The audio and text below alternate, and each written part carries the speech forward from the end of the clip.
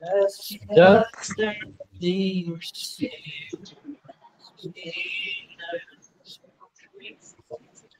as we gather, may we glorify your name. As our hearts begin to worship, will we bless because we came? Will we bless because we came? As we gather, may your spirit lead us. As we gather, may we glorify your name. Knowing well that as our hearts begin to worship, will be blessed because you came. Will be blessed because you came. The steadfast love of the Lord never ceases.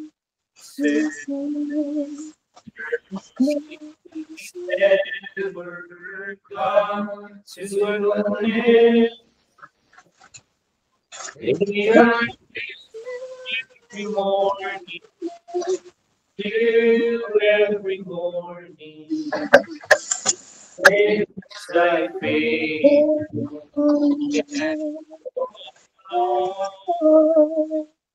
Praise thy faithfulness. They are new every morning. New every morning. Praise thy faithfulness. Praise thy faithfulness. Praise thy faithfulness.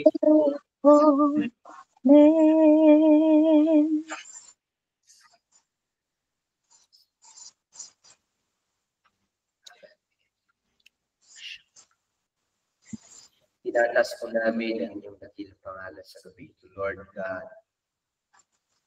We are God in name. Maraming salamat po, Panginoon, sa gabi ito, sa pagkakataon na kami ay nag-aral din ng salita. Lord God, ito po namin. Paspasan niyo po ang aming pag-aaral sa gabi ito. Give us understanding to your word, O God. Maintindihan po namin ang puso. Lord, pang-uusap po kayo sa puso ng bawat isa sa amin.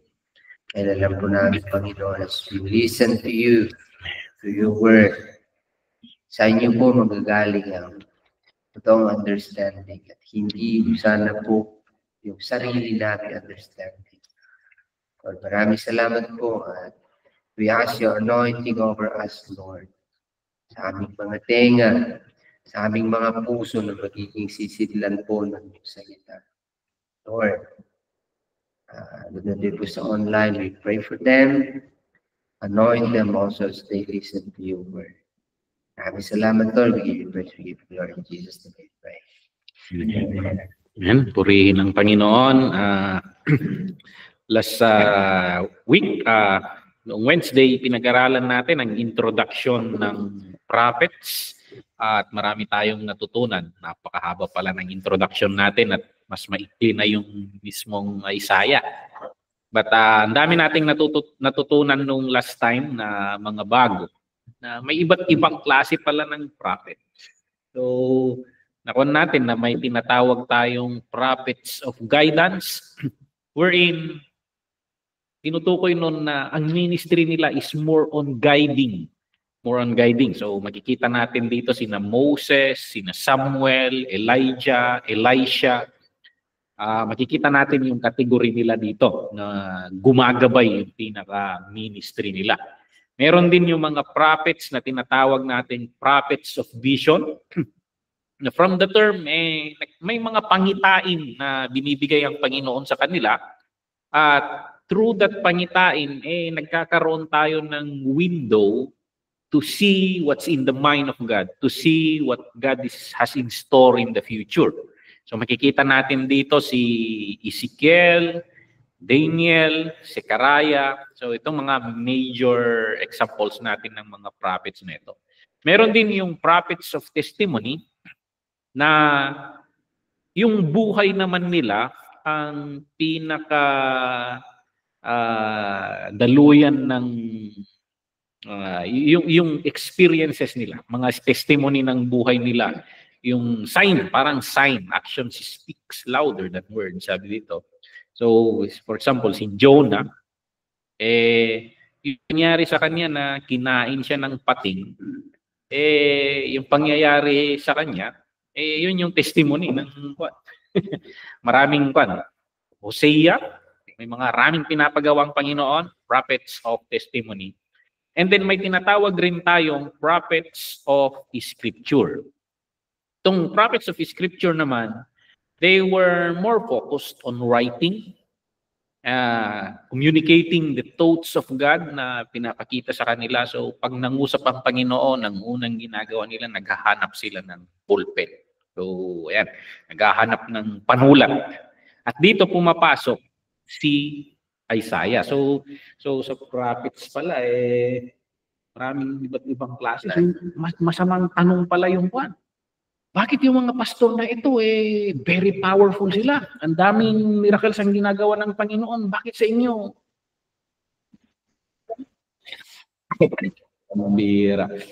Masamang tanong pala yun. Kasi may mga propeta na hindi ginamitan ng Panginoon, hindi ginawaran ng Panginoon ng mga pagkakataong ma-experience ang mga kababalaghan, mga ganun. Example si Isaiah. So all he did is write, speak. So wag pala wag nating maliitin yung sarili natin kasi may kung ano yung forte mo, doon ka. So kasi minsan nung 1990s uso-uso yung mga parang hindi magtapos ang church pag walang altar call. So ang mga pastor napepersa na rin na mapapahiya ka, lihans ka, walang tumutumba napipilitan ka ng magtulak. So, I think kung ano yung forte natin, kung nasa pagtuturo tayo, magturo tayo. Kung nasa demonstration tayo, si Pastor Kito, nasa demonstration siya. Pero pag pakikinggan mo ang sermon niya, maraming, ganun ba yun? Mapapaganon niya. Pero he is able, the grace of the Lord given to him is on the demonstration part. So, kaya nga, there are different giftings. Pero lahat beneficial sa body of Christ. So hindi pala lahat ng propeta kasi may perspective tayo na ganun. So Isaiah is an example of a scripture prophet na nagsusulat. So papasok na tayo doon sa Isaiah. Anong mga information na makikita natin sa book of Isaiah?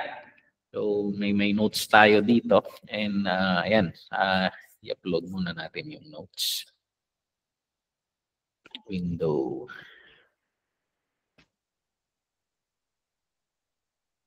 Okay. Ignore lang yan. Okay. Ang Isaiah actually nagkataon na I preach about Isaiah this morning. Hindi naman dahil sa lesson natin, pero bago pa man mapunta rito, I was meditating na noong end of the year regarding Isaiah 58. Yun yung message kanina. At si Isaiah, ang alam natin ng mga propeta, parang si Elijah lang na Si Elijah, biglang sumulpot na lang. Sumulpot na lang sa kaharian. Kung ano-anong pinagsasabi na doon. Parang ganon. Parang si John the Baptist rin, biglang sulpot rin. Pero magkakaiba rin pala yung pagpili ng Panginoon ng mga prophets. So iba't ibang hindi mo mauuri yung The Lord controls kung sino or He has the freedom to choose anyone. Kasi si Isaiah, prinsipe ito. Prinsipe. So, royal family siya, pamangkin siya ng hari. So, kaya tinatawag siyang Prince of Prophets or the Statesman Prophet. So, parang kategory nila. Si Daniel kasi, natapon siya sa Babylon. Nadala si Daniel doon, pero ganito rin sana siya. So, statesman rin sana siya.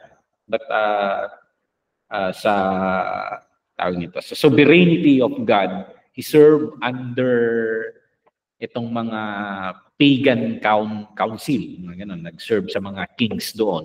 But anyway, the Lord used him also in guiding vision type prophet siya. So, ayan, may mga kaya kung mapapansin mo, si Isaiah ata may pinakamakapal na sinulat. Makikita mo doon na kalibre talaga, edukado talaga, and doon nga yung makikita natin na gagamitin ka ng Panginoon kung ano yung equipping niya. Siguro, pwede siguro nating paano natin i-presuppose na mula bata ka, hindi disgrasya ang mga pinagdadaanan mo sa buhay, ang mga experiences mo, ang mga education mo, ang equipping mo, lahat ng pinagdaanan mo, hindi siguro disgrasya yan kasi hinuhubog ka ng Panginoon sa kung ano yung gusto niyang paggamitan sa'yo. So, the Lord chose Isaiah to write and to write in a comprehensive manner. Yun rin yung equipping ng Panginoon sa kanya. For example, Moses was hindi nagkataon na nadala siya sa pamilya ni Parao. So he will have understanding on leadership, kingdom scale leadership. So, ayun. So, ano yung mga background natin? Ano yung mga meron sa buhay natin na kinakaasar natin minsan? Or yung mga, maybe those are tools of God to teach us. May experiences ba kayo na from the very beginning, sa mga kapwa pastors dito, from the very beginning na parang sinadya kaya yun para sa pagiging pastor ko ngayon?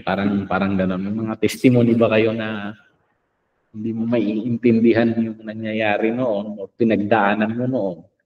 Pero malaking bagay ang connection niya sa pinapagawa ng Panginoon sa iyo noon. May mga experiences ba kayong gano'n na pagkuhan mo magkakadugtog, connect the dots? So, Pastor John, may experience ka bang mga bakit? Basta meron ng nun, may kumbaga pinarkahan siguro ako ng Lord. Parang yung pagmarka niya rin kay Sister Rodeline, parang gano'n. Maaari.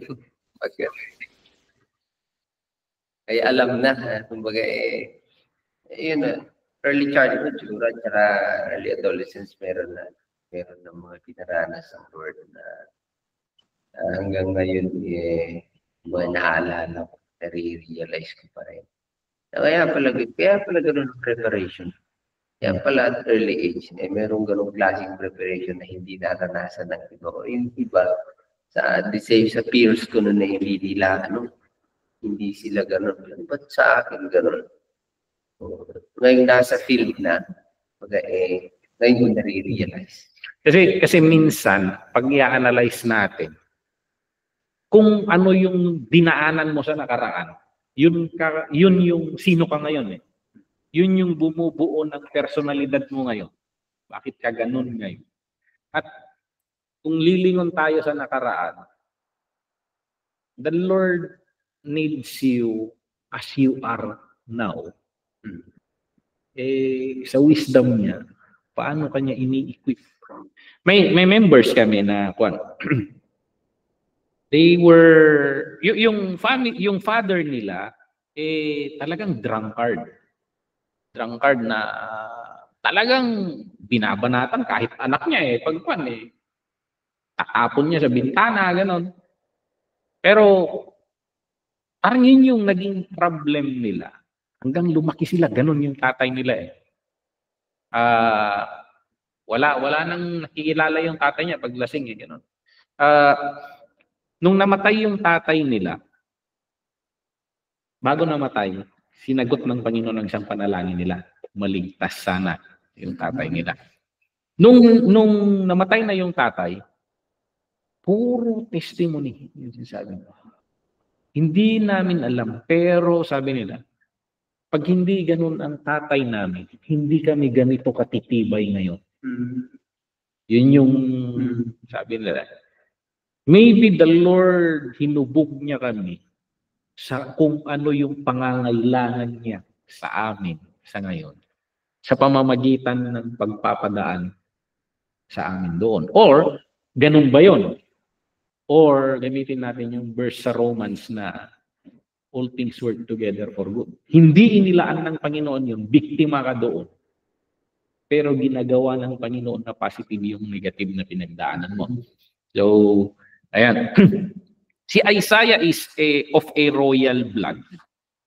So, he speak parang malinaw yung pagsasalita niya, disente magsalita. Mga talagang well-crafted yung mga writings niya. So, ayan. Tatay niya, si Amos nga na, anak ni Joash. So, sinasabi dito, pinsan niya si King Uzziah.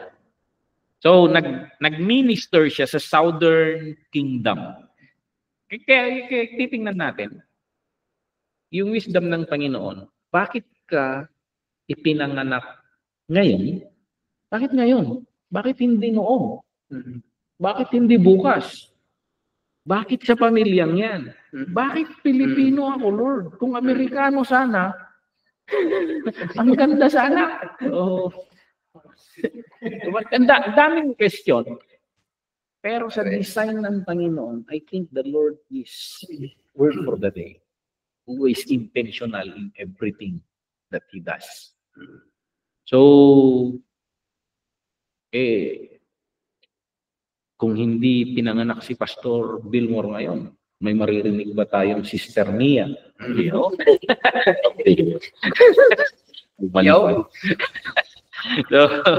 ayan. Isaiah's entire family, ginamit rin ng Panginoon sa realm ng prophetic. Actually, ito maganda. Kasi yung buong pamilya niya, integrated sa ministry niya.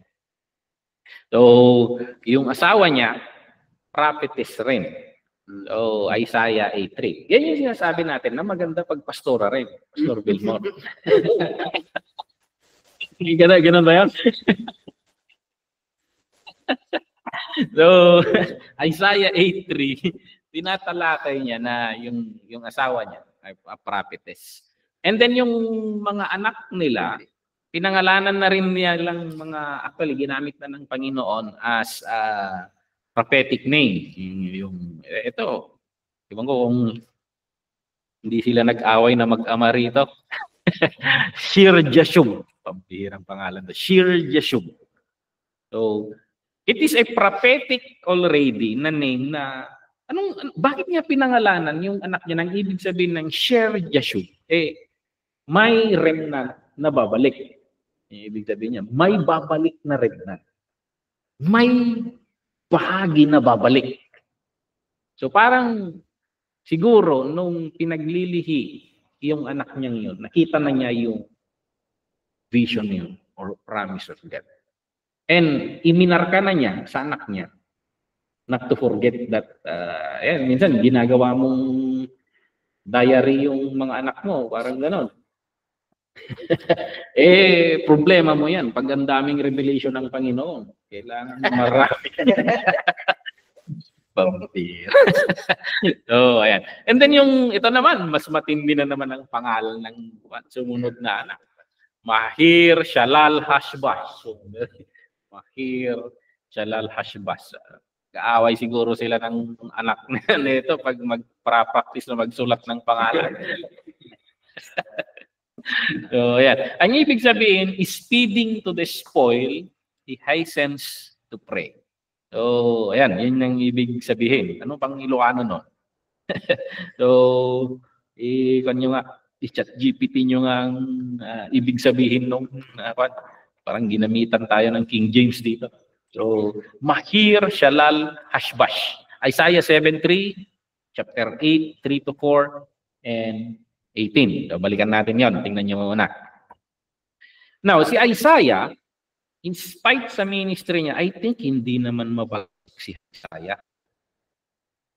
Kahit minsan, kahit hindi ka mabagsik na kagaya ni Elijah, kung talagang mapagpuna yung message mo, mag-review ka, may mga taong hindi matanggap, babanatan ka. So, may pinaniniwalaan na pinatay ni King Manasseh si Isaiah. So, according sa tradition, yung, alam mo yung troso, parang yung Jimelina na walang laman sa gitna. Iniligay raw siya doon, tapos saka siya nilagari. So, sinasabi ng mga scholar na yung tinutukoy ni Paul, kung si Paul man ang nagsulat ng Hebrews, doon sa 11:37, tumutukoy daw kay Isaiah daw yon. So, makikita natin na up to the last part ng buhay niya, he served for God. And ang hirap minsan, iisipin natin na tayong mga tinatawag ng Panginoon, yun yung may we be like Isaiah, na to the last, ng buhay natin, may we have the grace to serve the Lord. Ang hirap pagsalita kung mga patay-patay ang kwan eh. Pero may classmate ako sa Banawe. She was a missionary in China. She trained na actually marunong mag-Chinese. Marunong siyang mag-Chinese. And ang ministry nila sa China, underground. Ang ginagawa ng ministry nila, sa college, nag-o-offer sila ng mga free English lessons. And then, habang tinuturo nila yung English, parang tatandaan mo yung training natin na English literacy, yung yellow na libro, English literacy na Jesus is Lord. Jesus is the subject, is the helping verb. So parang ganon. Yung pag ganon ng topic, imbis na yung grammar ang pinag-uusapan daw. Teka, sino si Jesus? Parang gumaganon yung Chinese. Doon nila pinapasok ng gospel. At maraming naliligtas daw. And then somehow the Holy Spirit works and they yearn for more. They drop in college, they want to know more, and binibigay nila ang buhay nila sa Panginoon. And then ito, may ministry sina Sister Anoke. May ministry sila na front. Parang pabrika sila ng kwan, may pabrika sila ng kaning ng kwan, ng fish. Parang fish industry. May fish pans sa harap, and then pero yung pabrika 50-50 yon. Sa pabrika, merong kalahating, kung ang empleyado sana nila doon 100. Yung 50 na tao nagtatrabaho sa pabrika, yung 50 naman ganito, nagklaklase sila. Bible school. Now, siyempre may mga regular check-up diyan, may mga surprise visits, may mga taga-bantay sa labas. Pag may mga pulis na biglang magche-check up, may pipindot sana doon sa labas para mag-warning sa loob, and they can pack up every materials doon. Nagkataon na naunahan siguro yung tagabantay sa loob, sa labas. Hindi niya napindot yung alarm. So sabi ni Sister Mercy, okay. Sabi niya, pumunta ako doon. Talagang oriented kami. Ready to die. Alam namin na anytime pwede kaming mamatay. So, inori-orient raw nila yung sarili nila and talagang they are full-fledged to die for the gospel. Pero nung ganun raw nagkaridan, nahuli sila. Pambira, sabi niya, naaalala ko naman ang mama ko, yung mga pamangkin ko, parang gano'n, nagpa-flashback na, tapos nanginginig, nag-iiyak na. Kaya sabi niya, hindi mo pala na-orient yung sarili mong mamatay para sa Panginoon.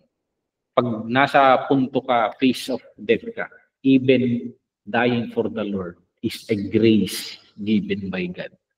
Sabi niya, it is a grace that will enable you to offer your life. So, hindi mo masasabi yung kasi even Jesus, if possible, may this cup pass over. Parang ganon. Hindi mo maisasabi in advance kasi na-experience niya. So, hindi natin masasabi. Minsan, tayo mga pastor, pag may biglang kumakanta tayo minsan ng where He leads me, I will follow. Song natin. Tapos may mga dumarating na pagsubok sa buhay, ano na ang kanta natin? Di mo lang. Surrender na nasuko. Or bagbaga mo. Di mo lang baga kanyak. Tirigat. So, hindi natin masasabi. But actually, in the day-to-day life natin as a minister, it is the grace of God that upholds us. It is the grace of God that keeps us. And Isaiah was given the grace to offer his life for the Lord. So, ayan. May kung na kayo sa Mahir Shalal Hashbaz, may other words ng speeding to spoil, the hasten to pray, to the pray.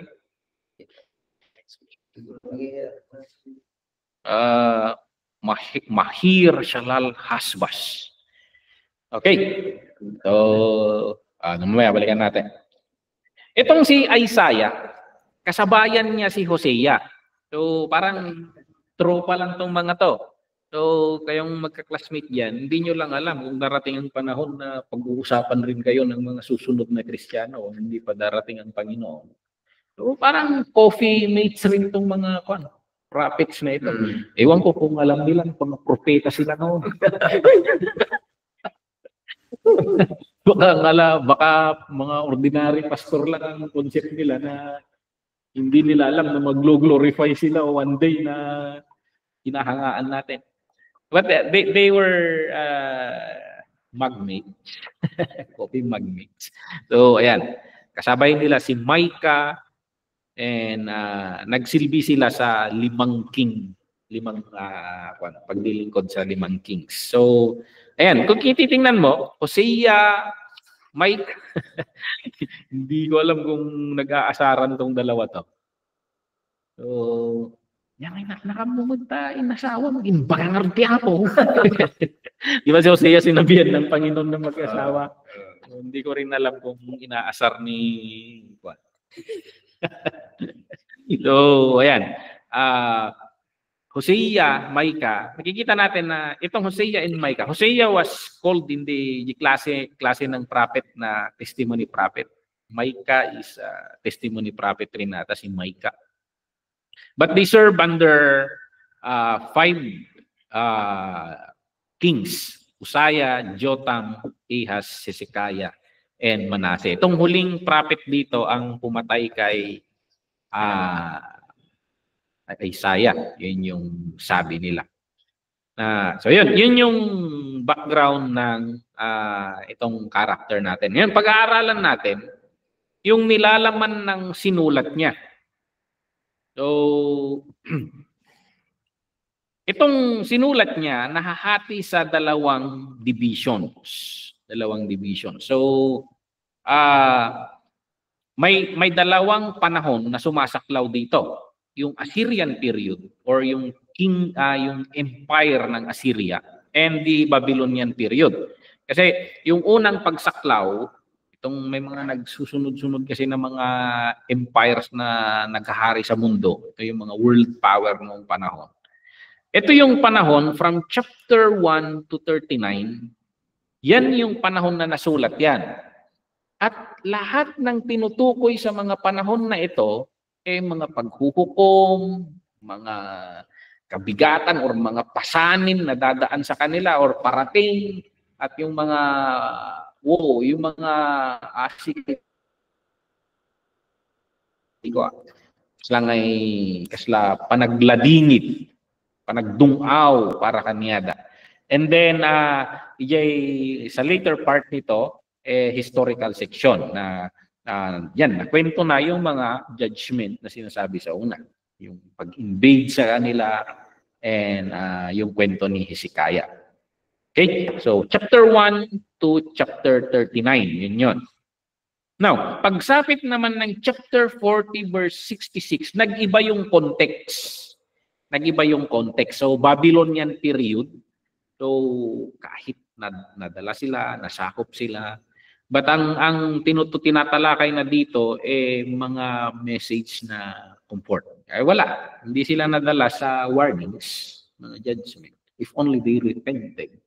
Pero ganoon naman ang tao nagsisisi ka na pag huli na ang lahat. Sa huli. Pagsisisi. Pambihira. Biblical pala yun. But anyway, kahit ganun ang nangyari, ang Panginoon, dito na, nangyayari na dito yung prophecy kay Shear-Jashub. So, nagbibigay ang Panginoon ng mga comforting messages sa pamamagitan ni Isaiah. May mga pangako ang Panginoon na i-restore niya sila. Most likely dito siguro pinanganak si Shear-Jashub.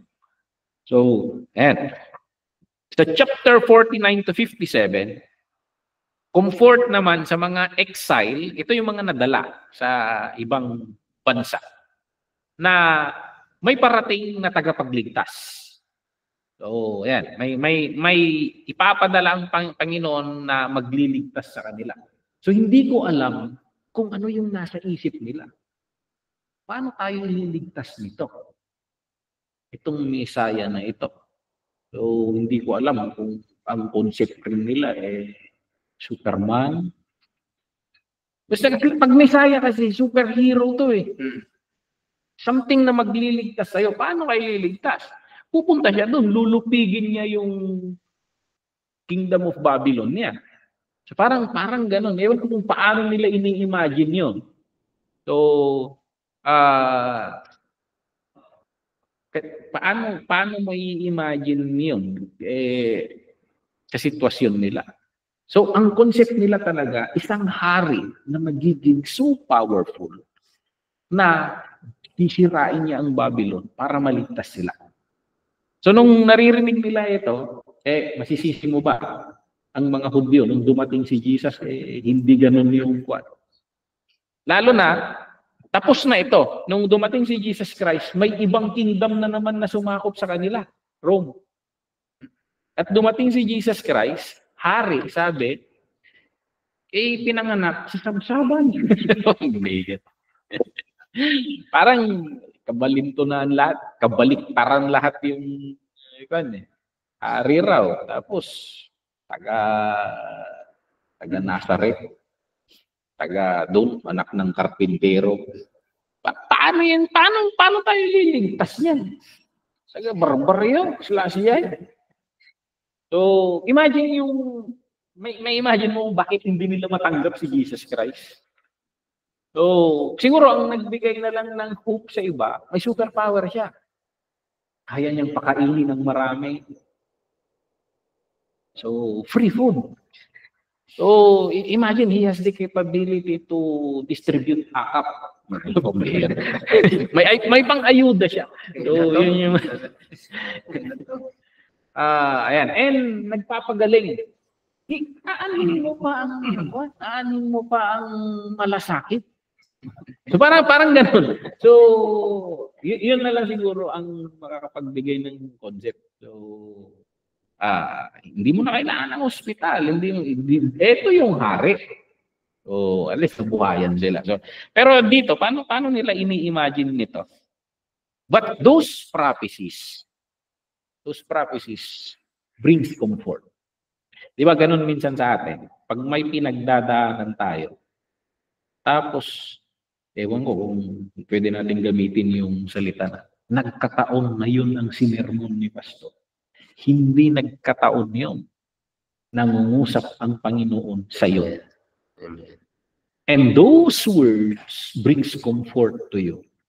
Na pahiwatig ng Panginoon, alam kong pinagdadaanan mo. So, many times na nangyayari sa kanya, paano alam ni Pastor? Chismoso to. Parang ganon. Paano magkakaroon ng hint yan? Inilid rin lang ng Panginoon. So, paano niya nalaman?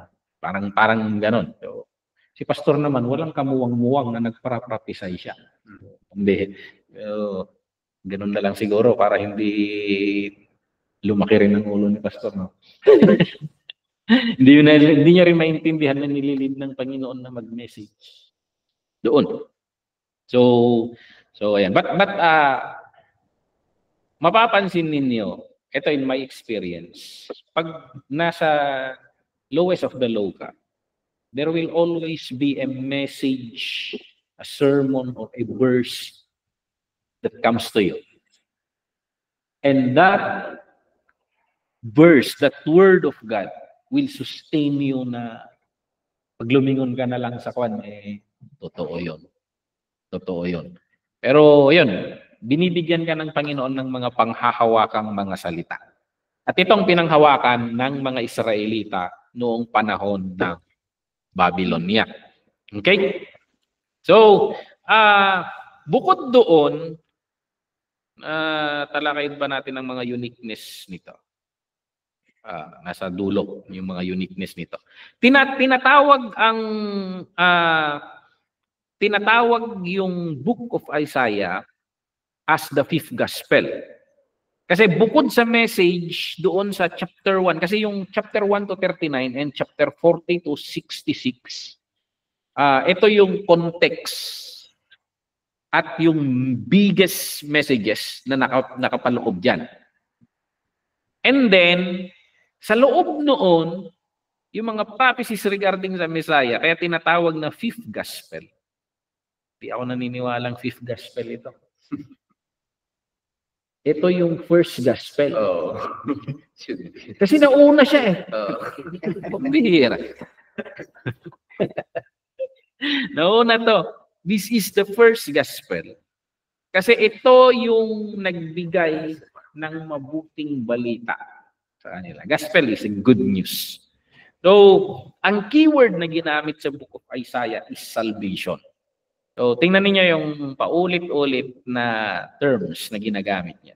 Wells of salvation, joy of salvation, walls and bulwarks of salvation.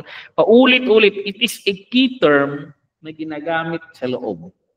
So, salvation, pinapahiwatig ng Panginoon na ililigtas ko kayo.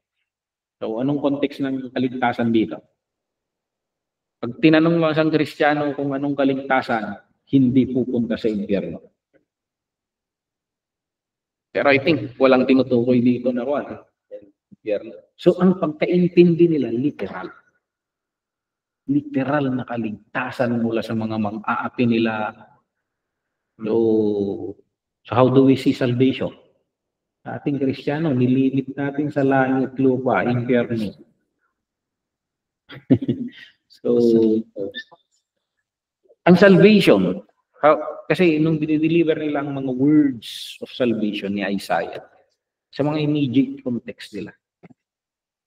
So, for example, si Pastor Billmore, salvation from blessed singleness. Yun. Ano yung mga pinagdadaanan natin? Ano yung mga situation natin sa buhay na that message is very literal sa kanila eh. And the Lord is faithful, saving us day after day. Day after day. So we may be able to see salvation as that. Ang dami nating pinagdadaanan na pantawid niya. Purpose ni Pastor Bennett, pantawid pamilya. Itinatawid tayo ng Panginoon sa mga sitwasyon na yon. Sa pang-araw-araw ng mga problema. So hindi lang natin tinitingnan si Jesus na Savior from hell. Parang yun yung overrated na message natin eh. How can we learn from this in our message? Maybe we start preaching day after day. The Lord is your Savior. In Tunuawan, Tisida. may member kami. Beacon namin dati. Sabi niya, napapansin niya raw, pag wala nang laman yung ref nila, tubig lang. Bigla raw may magyayaya ng birthday. Biglang may ikakasal. So, can we look salvation in those contexts na maging very real sa mga sinisermonan natin? That the Lord can save you from situations. Kasi ganun ang trato ni Isaiah sa message of salvation. In their day-to-day life. In their situation, in their story, that He is promising them, He is giving them a message that you will be saved.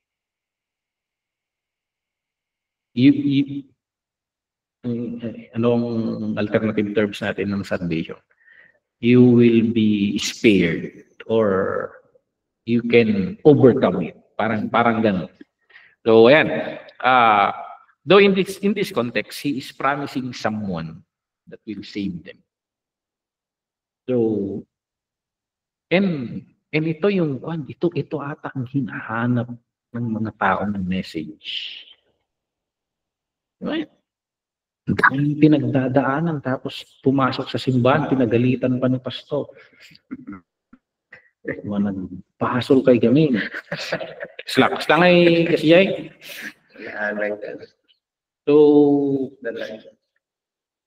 So parang, how can we bring this message of salvation? How will they embrace the Lord? The reality of the Lord day-to-day life. So yun yung I think may mga testimonies ako rito. There was a time na hindi ko naiintindihan yung pinagdadaanan ko sa buhay. Nakwento ko na sa inyo ata to.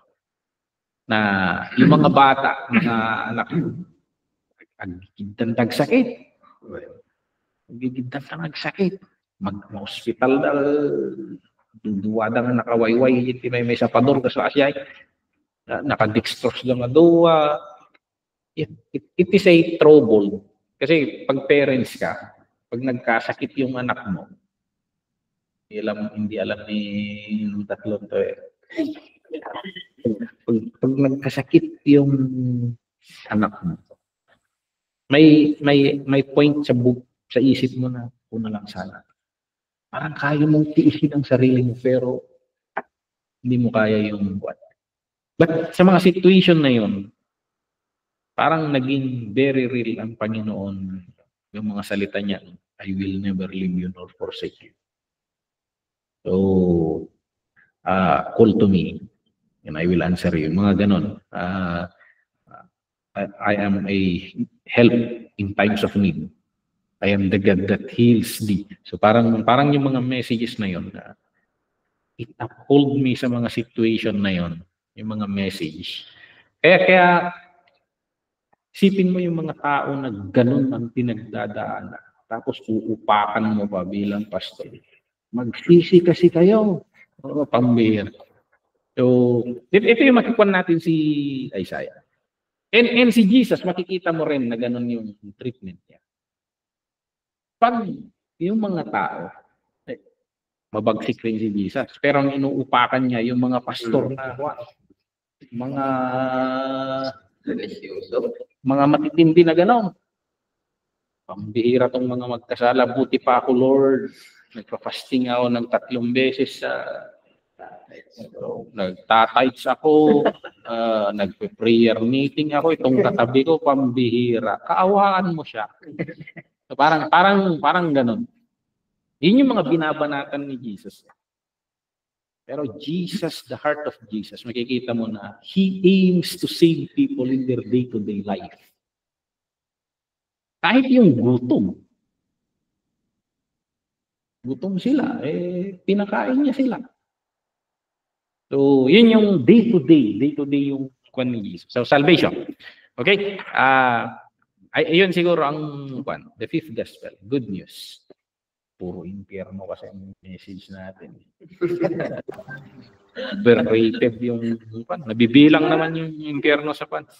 But yun, Isaiah, yung pangalan mismo ni Isaiah, ang ibig sabihin nun, Jehovah saves.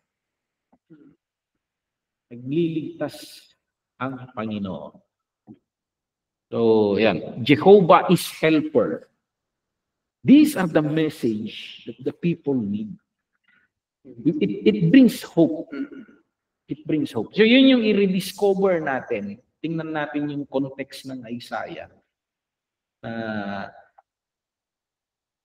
How did he minister? How did he minister? So, we may reflect. Let us be gracious. Si Jesus Christ, ang ministry niya ngayon, high priest, nasa interceding for us. Interceding for us. Kasi naiintindihan niya yung dinadaanan nating mga tao. Nag-aabogado nga siya para sa atin. Minsan, tayo, parang nag-aabogado tayo para kay Satanas. Parang kinakatigan mo. Sisi ka kasi. So, parang gano'n. So, yun tingnan natin na the heart of God na kanya rito. Dik na yung tao. Nagsisisi na. Kasi hindi niya pinakinggan yung mga warnings nung una. Nasa exile na nga. Nasa exile na nga. So, guide them so they can recover.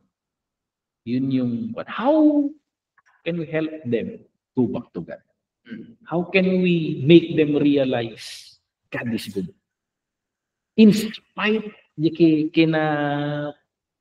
kinaroroonan nila ngayon na exile. In spite mo. Titingnan nyo yung titles ng kwan. Comfort. Bring comfort. Bring comfort. So, ayan. So, ayan. Jehovah saves. Jehovah is helper. Papagsik yung ibang part ng judgment sa una. Pero, tingnan nyo, mapapansin niyo. Bago ma-preach, I think this is a good pattern of preaching. Bago ma-preach yung gospel, good news, i-highlight mo muna yung bad news.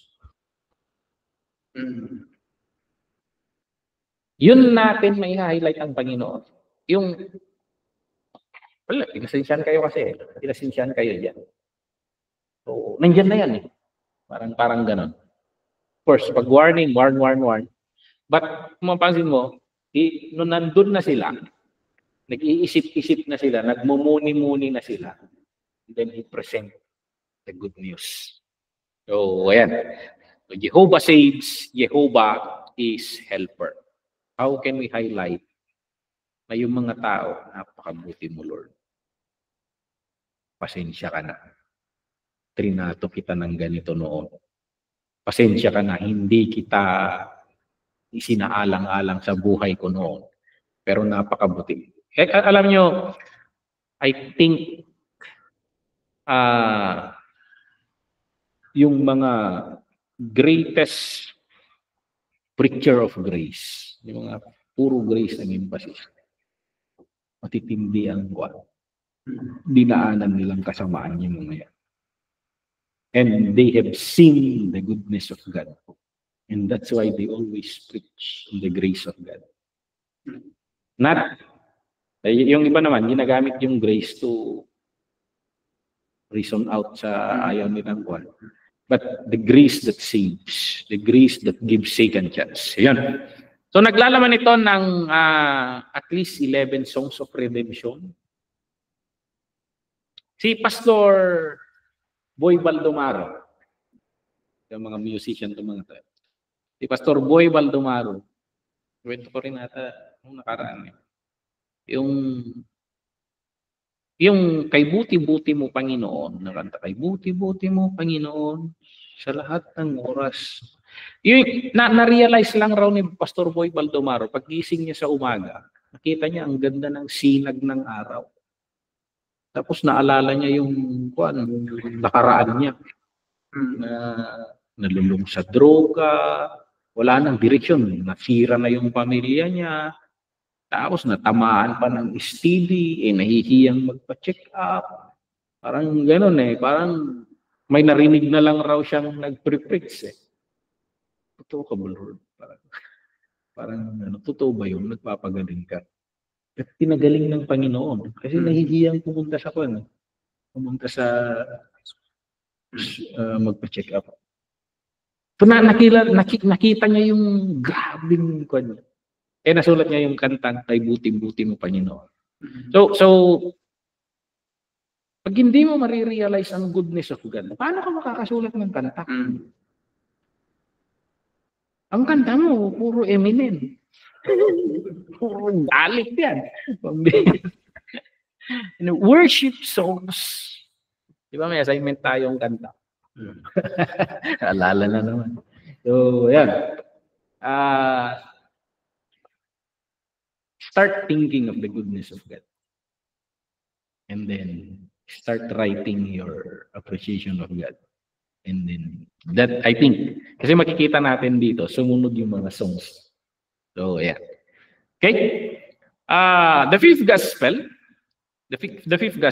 dahil, ito, ibinigay niya yung comprehensive na, prophecy regarding Christ.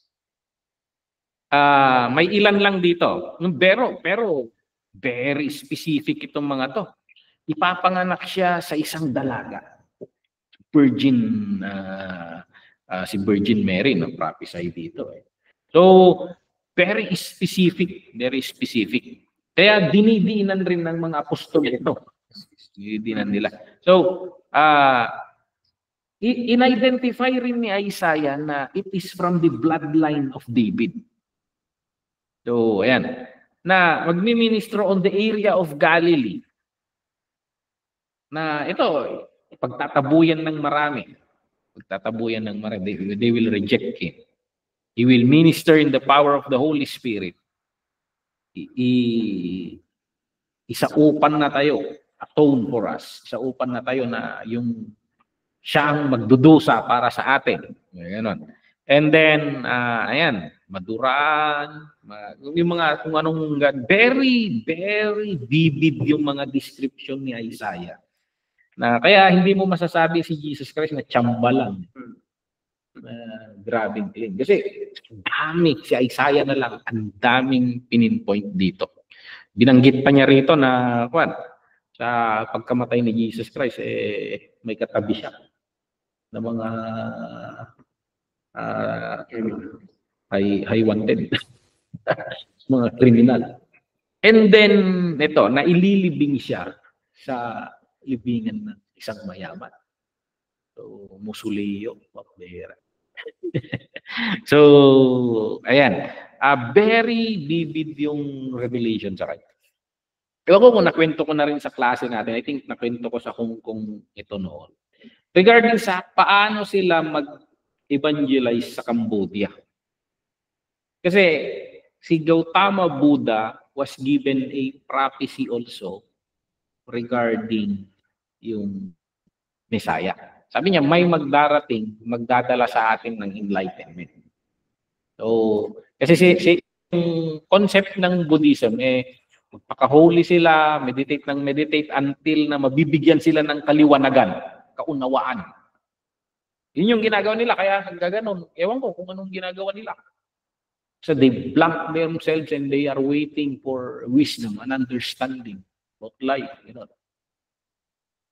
Pero sinabi niya, hindi nila aabutin yung nirvana. may magdadala sa kanila. May panahon na may magdadala. The enlightenment will be brought to us by someone. Sinabi ni Gautama Buddha sa records ng mga diaries niya, yung ipakita sa kanya. In his sense are these butas, hands and feet. And then in his head are thorns. So, paano mag-evangelize sa kwan? They start with that. And then, totoo ito na sinasabi ni Buddha. Nandito yung ibang description niya. Magja-jump sila sa Isaiah. Kasi very similar. Very similar. Tatalon sila ngayon kay Isaiah. Ito yung tuturo nila itong mga prophecies na ito. And then from Isaiah, tatalon na sila sa Matthew, Mark, Luke, John. Mag-shift ka na sa John 3:16. So yun yung roadmap nila for salvation sa Cambodia. So, kaya ina-argue ko na hindi bias ang Panginoon. There is a revelation sa lahat. Yun lang, ang documented, ang well-documented, yung sa linya ng Israel, kasi nagsulat sila. Sa atin, sa ibang lahi, oral tradition. So, ayun. But, yung very vivid na prophecy regarding Christ. Okay? So, ayan. Kaya pag Christmas, huwag kang magtaka. Kung yung inimbita mong guest speaker, yun na naman. Isaiah na naman. Kasi dito talaga very clear. Yung Christmas, binago ko. Parang hindi mo sabi, Isaiah na naman. Tao kay tumunta ako kay Pong. So, ayan. But, ayun. Kasi si Paul nagturo rin ng regarding nito. So, anong mga uniqueness ng Book of Isaiah?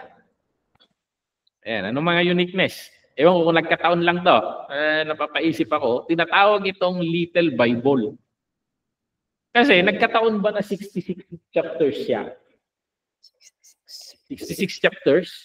Tapos yung unang breakdown niya, kung pupuntahan niyo doon, yung Assyrian period, 39 chapters, which is very similar sa bilang ng books ng Old Testament. So, and then from 40 to 66, which is talking about comfort, tumatapat siya sa 27 books ng New Testament. So, ayan. Ang galing, no? Parang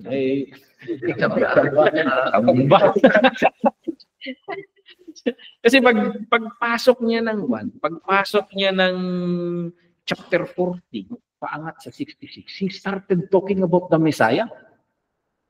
He started talking about salvation. Sa Old Testament naman niya, ito ay puro padto, puro ungungit, kung kunang ito ay propeta. And then pagpasok doon, chapa. So, ang galing Ewan ko kung literary skill or may revelation rin na ewan ko. Ang galing nga yung paggawa nito. Kaya sinasabi nila Little Bible, a Little Bible. So, ayan, regarding law and judgment, yun yung tinutukoy niya. And then ayan, regarding prophecies on the Messiah. And then tinalakay niya rin yung coming age of grace. Yun, 27, katapat natin yung New Testament. And then, ano pa?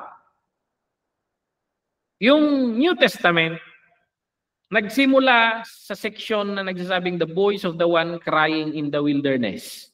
Di ba yun yung bungad? Bago bumating si Jesus Christ, may someone na prepare the way of the Lord. At tinatalakay ron sa Isaiah yun. Isaiah chapter 40. Yun yung bungad ng counterpart niya na yun rin yung start niya ng second block niya.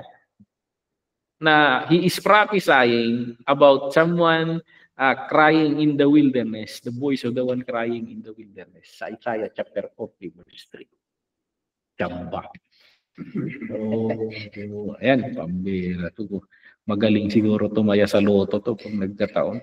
Ang galing ma-amaze ka na nagkataon lang ba yung mga yun or it speaks of something na kahit ang Panginoon noon pa man, nasa isip na niya how will He complete the revelation, the book, the revelation of God. So, ayan, nakaka-amaze itong what? Sa rin, ngayon mo lang na-realize rin yun. Galing ng what? And sa Isaiah 66:22-24, nagkataon rin lang ba naman na naman ba ito? Na he is talking about the end of things, na there is a new heaven and new earth. Which is tumatapat na naman sa book of Revelation. So, may observation ako sa Bible na ang istorya sa Bible, paulit-ulit lang. Pero nagbabago-bago yung character, nagbabago-bago yung imagery. Kaya pag binabasa, parang nabasa ko na to. Pero ibang book. Parang ganun yung nangyayari sa Biblia na nababago-bago lang yung one. But the point is still the same. So, ayan. And then, ano pa? Paulit-ulit yung point niya. Eh, yung nagsulat ng Book of Revelation, very, si John, very skillful rin yung ginawa niya sa Book of Revelation. Kasi pag hindi ka Kristiyano, hindi mo maiintindihan yun. Noong panahon nun subukan mo, sa atin kasi, kahit pa paano, nagkakaroon ka ng hint. Kasi may concept ka sa, pag hindi mo binabasa ang New Testament, ang Old Testament, hindi mo maiintindihan yung Book of Revelation. For example, sinabi niya, yung matandang ahas na naging dragon. Ahas. Babalik ka sa Genesis. Maililink mo, mapagdudugtong-dugtong mo yung mga ginagamit niya. Kaya yun, I think it is ang galing ng pagkagawa niya na, siyempre, outload ang mga books. Pinapakulong na yung mga Ngayon, nag-publish si John the Beloved ng manga. na nagkukuha ng mga sina Naruto, parang gano'n, mga dragon, sina Goku. Parang naiintindihan mo yun. Pero ang makakaintindi nun, Kristiyano. Kasi maiintindihan nila na meron yung babae na may corona ng 12 na between. Ave Maria punuot. Maria na naman automatic yung interpret mo. But he is talking about Israel. Crowned with the 12 tribes. That Israel is pregnant. And then, yung anak niya was snatched and brought to the heavens. Sinasabi niya, actually, ginamitan niya ng, mahilig sa anime siguro si Jan mahilig sa anime. Na, yun yung one na, pag mahilig ka sa animation, madali mong maintindihan yung Book of Revelation. So, ayun, ang kabataan yung libro niya. So, yung mga nag-outlaw doon, bawal yan. Kasi bawal ang mga aklat na nagpapakalat ng kwento tungkol kay Jesus. Pag binabasa nila, wala, kalokohan lang to, comics to Kalat yan, nadadala. Pero may mensaheng nakatago na ang nakakaunawa lang yung mga palabasa ng Old Testament. So, ayan. So, he's talking about a new heaven and new earth, which is a hope. A hope again. Na, wala. Kahit ito, susunog sa Hong Kong, nagsusunog sa Los Angeles, susunog ang mundo. Parang, nagulat pa ba kayo? Maliit pa yan. Maliit pa yan. It will be renewed. This world will be renewed. So, ayan, nakakamangha yung mga na ang daming amazing dito sa book of Isaiah. So, ito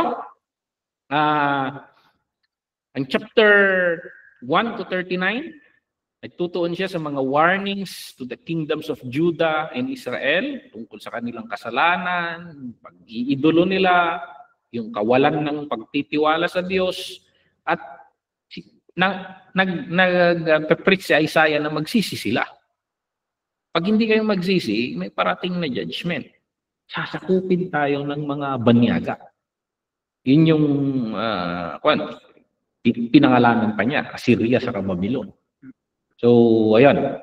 So, pero kahit ganyan yung message, may sinasabi siya na may hint na rin si Isaiah na useless. Yung hindi na rin natin sasabihin na useless yung pag-preach niya. Kasi those very words na i-preach niya, yun yung mismong maghuhukom sa mga tao na hindi nyo ako masisisi. I warned you. Yung sasabihin ng Panginoon. Kaya sa atin ng mga pastors, preach anyway. Kahit hindi pinapakinggan. Kahit hindi tinatanggap ang Panginoon. Kasi pag dumating yung judgment, that very words, hindi sila makakapag-excuse. So, kita mo si Kwandon, si Pastora Joan, sinabi niya to. Flashback nila sa kanya. O, may nagsabi sa'yo nun, no? So, those very words will judge you. So, we keep preaching anyway. Amen. So, I hope they respond. But anyway, we preach the good news. So, yung key themes sa pangunahin, God's holiness, diniinan ni Isaiah ito. Holy, holy, holy is the Lord God. God's holiness and justice. Diniinan niya rin yung consequence pag nag-disobey tayo. And then, kahit ganun, kahit pasaway, tapat ang Panginoon sa kanyang covenant. Mag-ingat-ingat tayo. Kasi sa kanila, may covenant sila through Moses. Paano yung Gentile? Anong covenant natin na kuwan? Anong covenant natin? Pag tumalon ka, kumalas ka kay Kristo. Sa kanila, nangakong Panginoon. So, mas mahirap pata sa atin. Kasi salimpusa tayo. Salimpusa ka, tapos hindi mo pinag-igihan. You have your chance. So, anyway, God is faithful. Kararagtay lang tayo, tao. Kanda tayo na nakatanggap na sa Panginoon. Huwag pa tsa-tsa-tsa at tras abante. So, huwag ganun. Yakapin na natin. Nakita na natin ito.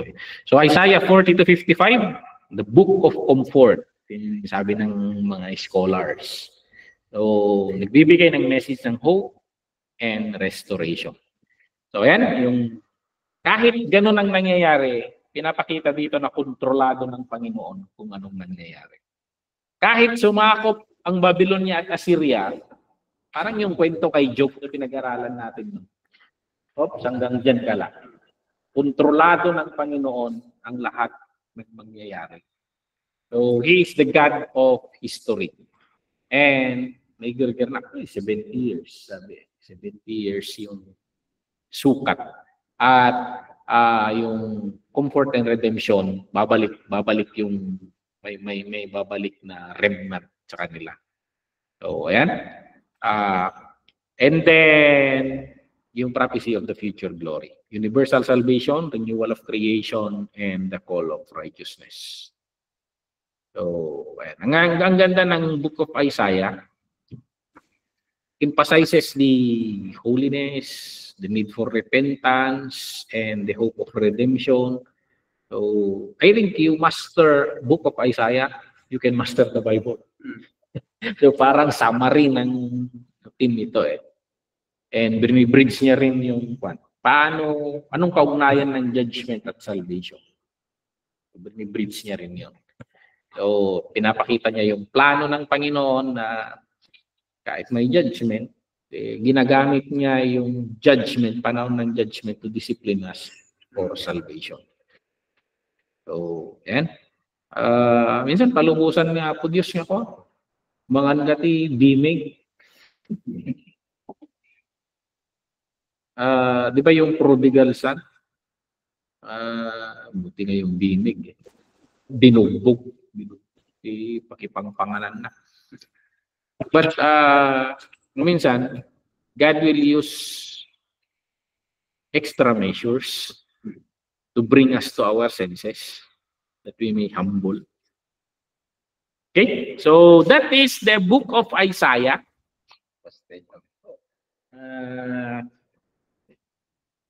And next meeting, we will study the book of Jeremiah and Lamentations. Okay, so ayan. Sa akin, nasampulan ko kanina to eh. I preach on the book of Isaiah chapter 58.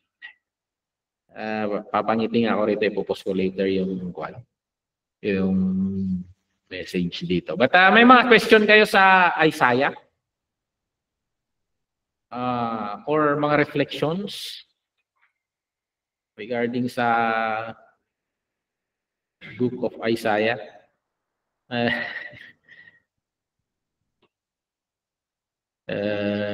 Isipin mo yung mga tao dito. Yung Isaiah 58 kasi ito. Sinasabi ng mga Israelita sa Panginoon, sabi sa verse 2, dumudulog sila sa akin araw-araw at tila gusto nilang malaman ang aking mga pamamaraan. Kung titingnan, para bang isa silang bansang matuwid at hindi sumasaway sa mga utos ko. Self-righteous. Pinapakita nila na parang gustong-gusto nilang lumapit sa akin at humingi ng matuwid na hatol. Verse 3, sinasabi pa nila sa akin, nag-ayuno kami pero hindi nyo man lamang kami pinansin. Nagpenitensya kami pero binaliwala ninyo. Dira itong mga Israel na sinisipan nilang Panginoon sa tapat. But this book of Isaiah, tapos na ang Christmas, but kahit hindi Christmas, maraming sermon dito. Nakakalkal to pag Christmas eh. So go through it and then you can make so many sermons out of it. So, ayan. The book of Isaiah, the first gospel. Pabaguhin natin yan. The first gospel and the fifth. So, ayan. And mas maaga tayo ngayon. So, ibig sabihin, ilang rounds pa tayo rito. So, may mga tanong pa o komento o kung wala na, kakanta ulit tayo. Anong magandang kanta regarding the goodness of God? So, ayun, we will worship the Lord. He is good. Kahit tayo, sa buhay natin, para tayong Israel, maraming warnings ang Panginoon, minsan hard-headed tayo.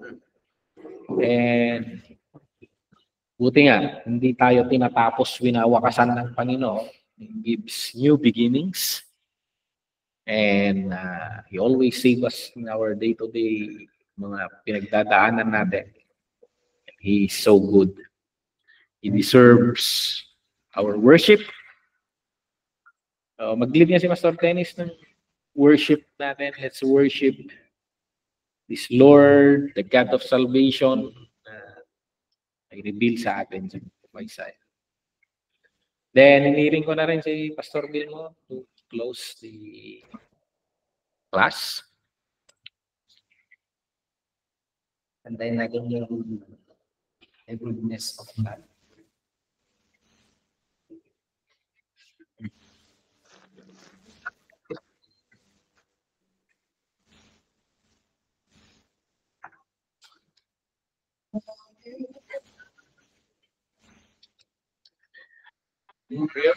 She never ends me. All my days I've been held in your hand. The moment that I wake up, lay my head, I will sing of the goodness of God. So all along you have been faithful. All along you have been so good. With every breath that I can take, I will sing of the goodness of God. Love you. Led me through the fire, darkest night, close like no other. As a father, I know he has a friend. I have the goodness of God. All my life you have been faithful. All my life you have been so good. Every breath that I am able, oh, I will sing all of the goodness of God. Your goodness is running after me. Your goodness is running after me. When my life laid out, I surrender. I give you everything. Your goodness is running after me. Your goodness is running after me. Yes, it's running after me. My life laid out, surrender. I give you everything. Your goodness is running after me.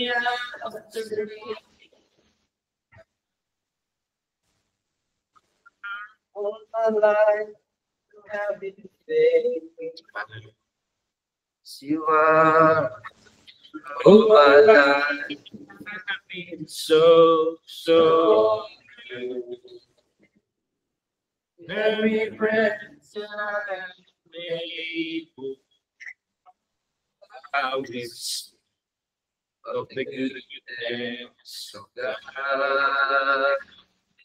I will sing of the goodness of God.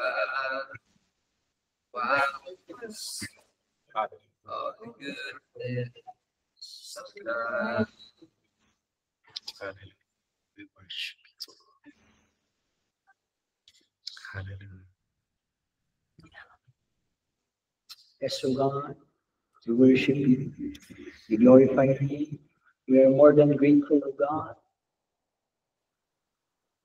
Iyo po itiyayat itong sa Yes. Lord, agyaman kami, kinimbag mo, si parang, kina-faithful mo, tibiyag tunggal mo sa kalakay. Apo, agyaman kami, kanayon at daka, mga po Diyos. Anyaman nga, pagdang agyaman niya pasamak, lagi di pa nagbiag mi, handa kami nginbati. Kanayon kawapo, kandang, mga idaltanan, mga itutong kalakay. Agyaman kami, O Diyos, kinimbag mo, oray pa ito, marami. Agyaman kami, O Diyos, di baliging in pahing, direct sa panaganan. Agyaman kami, di biyag niya Isaya, wapo, katuray kumati itong galamay sa kadakan. Agbalin kami akas kiliwana, wapo, gana, itilagpas di biyag ni, agsirbi kami kini. Ako, agyaman kami. Kasi katinanglukan ka, lagi puso kan panakawat itong galamay sa Lord, thank you for equipping us, for molding us, O Apo. to be the leaders you want us to be. Huwag yaman kami ti kinimbag mo. Yaman kami ti biyak, ti alipan nga raramatan. Tamno kasta mang isuro. Wapo dis titunggal na isa kada kami. Tamno kasta wapo dis mapaspasaya at lipay. May improve ni pay, di pa nagserbi mo wapo dis kanya. Pero doon nga po, si kalang ti mapadayawan karikiti amin nga rarakindan ni. Tapos dila ti ngarabi, di pa nagyaman, Gloria, may pahay lang kinyan. Tuloy ka ni wapo ngay kan na kami, di pa nagbisin. Na mga adal ka rin sa ulo. Kan na kami wapo Diyos, itigagar na mga ramit wapo Diyos, ka rin responsibilidad. Ngayon talat mo tunggal may isa ka rin. Wapo Diyos, sikati mong titiayan, ragsang, kurunus kan balik may isa ka na kami. Patuloy wapo Diyos, ngayon dalan na kami, baguan isang tong espiritu. Apo itidating arabi, presensya, patuloy ka din na marikrik namin. Iwanan na kami, di pa nagawin mo. Kung ako, si kalang, mapanayawan, ang itakang dig na na yun. Apo'y sublifikin ka, at ikangatuan niya tayo, Gloria, ng panagyaman. Nagititidawatan ni King Kama, at tinagan ni Jesus. Amen. Amen. Amen. Amen. Thank you, Pastor. Amen. Thank you. Good Ganun po night. mamamira dyan ay kamo. Tingnan mo. Ha? Parang ang ganda lang sa mamamira dyan. Okay na mo. Sila. Parang bago sa amin kasi yung mga lalaki na parang pipilipip kasi iisa lang naman yung lalaki sa amin. Sa Hong Kong, brother, Brother Will lang. O meron na si brother yun, pero hindi lang si palagi. Si brother, yun? Ryan. Ryan. Para nakita ko na. Ayan. So, ayan. So, Sige po. God bless. Pastors dyan. Good night. Good night. God bless. Bye. Good night. Bye.